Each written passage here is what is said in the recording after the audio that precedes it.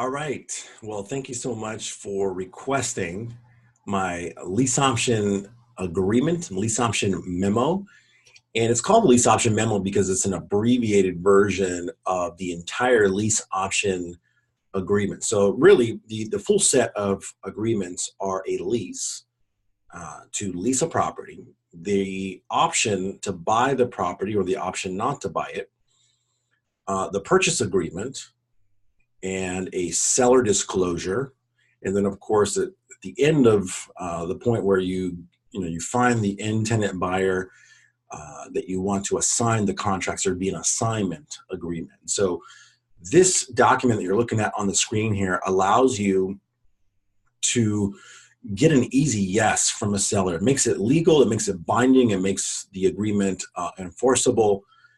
And it essentially is a way for a non-licensed real estate professional or somebody who wants to become a wholesale real estate investor, or even if you're a realtor, you're licensed in your state, but you're not licensed in the state that you want to do investing. It allows you to lock up a property anywhere in the United States. There's a couple of states like Texas and the Carolinas that have some very specific lease option laws. So you want to abide by that. You can still do lease options, but you've got to abide by some of their nuances. Pretty much everywhere else, I mean, there's, 47, 48 other states that you can do it, no problem. There's a couple of other states that are starting to kind of look at maybe some restrictions or whatever. But again, there's just so many states that it doesn't really matter. And again, you can do it in all states. You just got to know their nuances. So with that said, I would say besides Texas and the Carolinas, if you want to just avoid having to deal with the nuances, just invest everywhere else. This document is an easy yes with sellers. Sellers have a real easy time saying yes to this document because they can see that they have an easy in and an easy out. There's no risk to them. You're not asking them for money. You're not asking them for their Social Security. You're somebody who's out of state, so they don't know you, they don't like you, they don't trust you. And so because they don't want to get scammed, they want something that looks and is risk-free. And so that's what this document has been designed. I didn't design it. I follow investors that are brilliant, and have been doing this successfully. Wish I would have designed it, but I didn't. And I've just simply made a little bit of variations, if you will, for my own investing, from my own experience. And so this is a simple fill-in-the-blank document that you can use. You literally just fill in right here where it says, the seller. So whoever the owner of the property is, this first little section right here is going to be their name, hereafter known as the seller will allow, and then that would be you. You'll be the buyer. You'll be buyer number one. You're going to be assigning this contract over to buyer number two, the person who's going to come in and live in the property, bring the money, right? That's how you're able to do a no money down deal. There's always money, but it's not your money. So it's no money down for you. But the end buyer is going to bring their money, and they're going to be the ones that are ultimately going to live in the property. I refer to them as a tenant buyer. So you're buyer number one. And the address is going to be the address of the property that you're going to be assigning. The date, obviously, of whenever the transaction is going to start, and then the option price is the purchase price, what the seller wants. So if they wanted $200,000, you would put an option price of $200,000, and then the term means, is it going to be 1 year? Is it going to be 2 years? Is it going to be 3 years? Usually it's 1 to 3 years, and so you would just put that number there. Monthly lease amount, how much is the lease going to be? The rental amount going to be? You put that there. Then the option fee is going to be what the seller is going to receive. They've got to receive some kind of money. This document acts like a promise. So it's also referred to as a promissory note. It acts as a promise that you're making to the seller that they're going to get money. But it also has some escape clauses for you, which is really, really awesome. That says, look, if you can't find somebody within a specified period of time, in this case it's 60 days, 2 months, that you're not on the hook for anything. You can walk away from the deal. So that's huge. That takes the pressure off of you. That's what makes it a risk-free deal for you. And so the seller knows, look, your intention is to find somebody else. You're not the person, right? And your intention is to find some end tenant buyer to assign this agreement to. Now, the full agreements are going to be the full lease document, the full lease purchase. I'm sorry, the full purchase agreement, the full option agreement, the full assignment agreement, and the seller disclosure. Seller disclosure would be where you're saying, I'm not a licensed agent. I'm not representing anybody. I'm not representing you, seller. I'm not representing the buyer. I'm not an attorney. I'm not an accountant. Those kinds of disclosures. But this document is just to lock up the property. That just gets you started. And then from there, once you found an end tenant buyer, then you would draft the full agreement. So for the purposes of this video, we're just going to go over this particular document so you can get more deals under contract really, really fast. In fact, when presented appropriately and correctly, you can get 1 out of 3 sellers saying yes to this, right? The other 2 that say no just need all cash, right? They just want all cash, so they can't do this deal. But the third person, the 1 out of 3, can say yes because they can accept terms. They can accept to get their full asking price over time. All right. So moving along, they've got to get some kind of money. The seller's got to get some kind of money down. This non-refundable, it's called an option fee.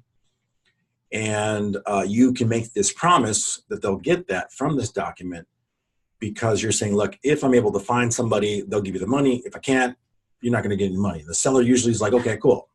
I'll accept that. The rest of it says, the term of this lease option is to begin as soon as the buyer acquires a lease option tenant for property. So it starts once you find somebody. That's when the term starts, the 1 to 3 years. This lease option agreement memo will be assigned by buyer to a new and end lease option tenant buyer. So that's, again, saying that your intention from day one is to assign this agreement. You're not the end buyer. You're not going to be living in the property. Seller has the right to approve new lease option tenant buyer. Seller may use the buyer's lease option agreement forms or may use a form that seller chooses when tenant buyer moves in. Seller may cancel this agreement at any time if the seller finds her own tenant or buyer and decide not to sell. So this is where you're giving the seller an easy out. This is what makes it easy for them to sign. Buyer's intention is to find a lease option tenant buyer and assign this lease option agreement memo to that lease option tenant buyer for an assignment fee. New lease option tenant buyer will then pay seller the monthly lease amount until they exercise the option or until they end the option term. Seller may continue to market their property on their own or through their realtor. Now, personally, it's up to you. You're going to get a lot more yeses to this agreement. That's why I've got this in here, but I personally, when I do it, I take that out. I actually don't want to have them marketing their property. I don't want to compete against the same seller I'm working with. So I put this in here because it's just, if you're a beginner, this just makes a super easy yes, right? I want you to get some wins. As you get a little bit more confident, as you get understand this a little bit more, I personally would just remove that little part. So you are not, in a competitive situation with the very seller that you're trying to serve. All right, where do we, okay, and if they find their own tenant or tenant buyer, they may simply cancel this agreement by sending an email stating the same. Again, this is just making it super easy for them to say yes. And again, if you've had difficulties getting deals under contract, this is going to make it extremely easy to do. If buyer does not acquire lease option tenant buyer, that's you. You're the buyer number 1. If you don't find a lease option tenant buyer to assign the deal within 60 days of acceptance of this lease option memo or agreement memo, this memo becomes null and void. So that's your escape clause, right? If you can't find somebody in 60 days, this agreement is null and void. You don't owe the seller anything. If seller takes buyers, that would be you, new tenant buyer, and converts them into a tenant only, changing the original agreement from a lease option to a straight lease, seller agrees that the new tenant will pay X amount of dollars, the first month's rent, which will act as a lease assignment fee. So I did this. Let me read the note here. So it says, note, this is a rare and usually does not happen and will only go into effect if the seller decides to change the original agreement later from a lease option to a lease only, and thus entitled so-and-so, you, to an assignment fee for his or work finding a tenant. Years ago, I had somebody that I had a lease option agreement, the option to buy. And I sent him a lease option buyer. I sent him an end tenant buyer, somebody who was supposed to be wanting to buy the property. But the person I sent decided, I can just rent the place. So they were no longer a tenant buyer. They were just going to be a tenant. And that changed everything. And so the seller thought they would be smart. It was actually my first deal. And the seller thought they would be real smart and say, well, hey, I don't have an agreement with Russell on just a straight rental, a straight lease. I've got an agreement for a lease option. So I don't owe him anything. So naturally I was upset about that. And after a few words and talking about lawyers and all that kind of stuff, by the way, I was flat broke at the time.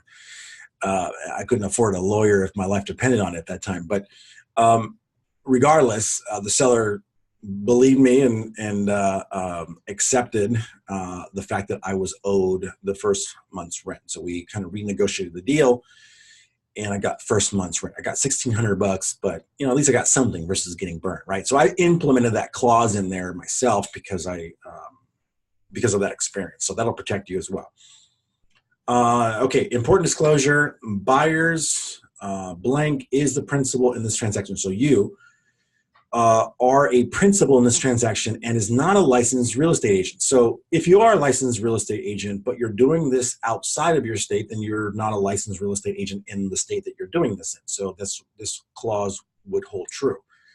If you're not a licensed agent at all, like me, I'm no longer a licensed agent. I used to be with Keller Williams and Remax, but no longer. Then this is also going to hold true, right? And so you're just saying, look, I'm not brokering without a license. I'm not breaking brokering law, right? I am acting as a principal. I'm acting on my own behalf. I'm not a licensed agent. I'm not an attorney. I'm not an accountant. And buyers do not represent anyone in this transaction but themselves. Let me see if I can scroll this down here a little bit. There we go. So that's important because somebody might say to you, hey, you're acting like a broker without a license. Well, no, I'm not. I'm representing myself. I'm acting as a principal in the transaction. And that's how I am able to avoid breaking any kind of brokering law. So hopefully this has been powerful for you. Hopefully you see the power and the ability to get 1 out of 3 sellers saying yes to your no money down offers, even if you never have put a deal under contract in your life, even if you're brand spanking new, and even if you never meet the seller, buyer, or see the property. And I haven't done that in about 9 or 10 years. I've locked up countless properties over the last decade without seeing a single buyer or seller or inspecting a property. Now, in the very beginning, I did because I was used to doing that. I was nervous about doing deals without actually physically seeing them or meeting the sellers. I wanted to have that one-on-one, face-to-face rapport. But as you learn this, you realize you don't have to do that. You can find, control, and profit from property without ever seeing it. And so this document allows you to do that. It's the beginning gateway to you being able to build a virtual no money down business that doesn't require you to deal with banks, escrow companies. You don't got to drive aimlessly through blocks looking for vacant properties. You don't need to waste time at networking events. Don't get me wrong, they're not bad, but I just don't do it. I definitely don't do illegal bandit signs. We buy ugly houses or anything, that kind of stuff like that. It's just a matter of learning marketing. And so, at my YouTube channel, through my courses that we provide here at Push Button Investor, these are the paid courses, or my mentoring. I show you how to really, automate 90% of your sales and marketing.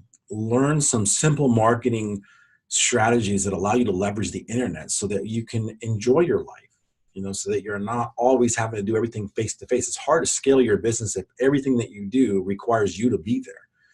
So if you can rely on technology that allows you to automate 90% of your sales and marketing like I do, then you can enjoy your life instead of always, being tied to your business like I was when I was a realtor, working 14 to 16 hours a day, 7 days a week. It looked like a definite ceiling for me because I was like, boy, if I want to grow my business beyond 3 to 5 houses, I'm going to have to get a team and start managing folks. And that's good. For some people, that's good. For me, it just wasn't what I wanted to do. So I'm not knocking people that do it. I know people that are very, very successful from doing it. It's just not what I wanted to do. I didn't want to have a lot of headaches. And so for me, I wanted to, instead of relying on employees or people that I had to manage, I wanted to do what banks are doing now, right? Or grocery stores. Here in California, banks, grocery stores, McDonald's, they've all got automated machines that are, by the way, replacing their employees, right? So if you're in a big city like where I am, or maybe, I don't know, maybe you're not, but maybe you've seen where in banks and grocery stores are using self-checkout. Other banks are getting rid of cashiers, or like in McDonald's where they've got these automated machines that they've got their employees training the customers how to use, which is essentially training their customers how to be their replacement, how to get rid of them. Insane to me. But that's just the reality. That's where our future is. And so 10 years ago, I saw that. And I said, look, I've got to learn this virtual business. I've got to learn how to automate stuff, because automation seems to be the wave of the future. And sure enough, it's more and more and more everything's becoming automated. So that's my encouragement to you today. Don't risk your money. Don't risk your credit. Automate 90% of your sales and marketing so that you can enjoy not only financial freedom. With these deals, you can generate $3,000, $5,000, $10,000, all the way up to $25,000 per deal, depending on what price range that you're working in. And you can do it all from the comfort of your own home. I mean, it's huge. It's huge. That's not like what I was doing when I was working 14 and 16 hours a day, 7 days a week, driving around, doing open houses, blowing up balloons, sitting in somebody else's house on Saturday and Sunday with no life, only to have the neighbors to come by and see what the value of their properties were, right? And in this case, I don't do any of that. I don't do open houses. It's not me. I'm not even in the same state. I don't have to do CMAs with sellers where I'm having oh yeah, you want $1 million for your $200,000 house? Sure, yeah, I'll get you whatever you want. No, I don't do that. No, this is what the value is. If you're a realtor, you know what I'm talking about. I don't have to do that. And so that's my encouragement to you. I don't have to get beat up by sellers because I have to give them low ball pricing. I don't have to do any of those types of things. So that's my encouragement for you today. Use this fill in the blank lease option memo. You'll love it. It'll get you way more deals. You'll do a fraction of the work that everybody else has to. And, enjoy your time freedom and financial freedom as well. If you've got any questions, if you want to talk, if you have questions more beyond what we've talked about in this video, let me know. Reach out to me. I'm very accessible. I'm easygoing. I don't pressure anybody to do anything they don't want to do. I'm here to serve. I'm absolutely on a mission to help wholesalers and realtors, frankly, avoid having to do what I had to do, or avoid having to do what a lot of wholesale real estate investors have to suffer through. That is the difficult way of trying to succeed in real estate, by doing the illegal bandit signs on Friday and Saturday so you can, pick them up on Sunday night so you don't get a ticket, or just all the slow and miserable old school way of doing things. This is really the new way of building your real estate business. So hopefully I've convinced you that this is a great, a viable way to not only generate a great amount of income, but also enjoy your life. Thanks so much.